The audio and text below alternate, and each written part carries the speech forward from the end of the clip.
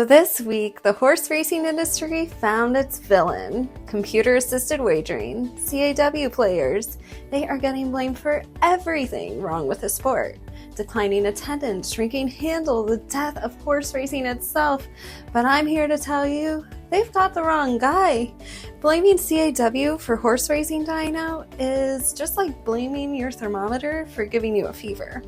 CAW players are not exploiting horse racing. They're just the only ones who figured out how to survive in an ecosystem that's been shrinking for decades. Now here's what I mean. The pari-mutuel betting system was always designed to reward superior information and better analysis. Always. That is not a bug, it's a feature of the system. And for a century that worked because information was scarce and analysis was hard. But now the tools are better. Instead of jotting calculations down on your napkin, CAW teams are just writing them in code. We are talking about moving from the old wooden calculators to Texas Instruments. Now let's talk about what's actually killing the sport, because the list is extensive. Horse racing charges a 20% takeout on most bets, compared to that blackjack, 2%.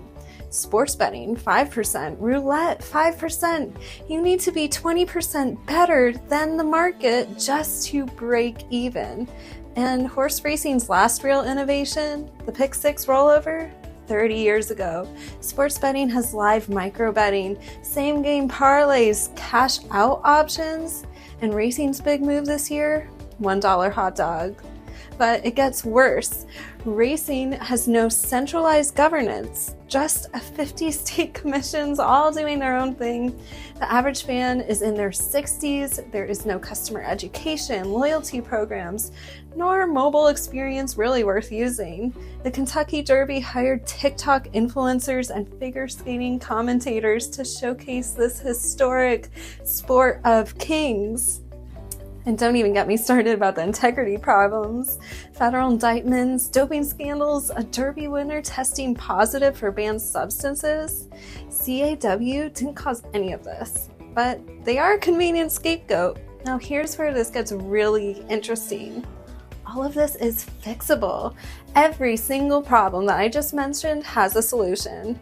Racing has genuine advantages, 150 years of history, real drama, sophisticated analytics that should appeal to modern audiences.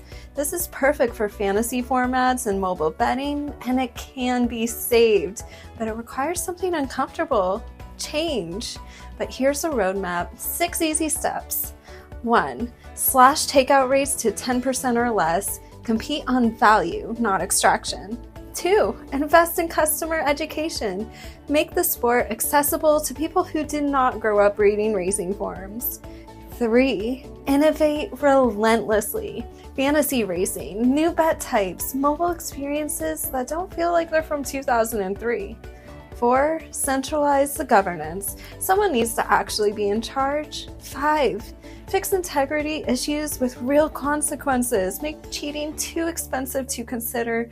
And 6. Market to younger generations. They exist, they have money, they like betting, and none of this is impossible. But it requires the leaders willing to look in a mirror and say, we created this mess, and now we're going to fix it. Stop blaming the coders and the programmers for being good at applying the data.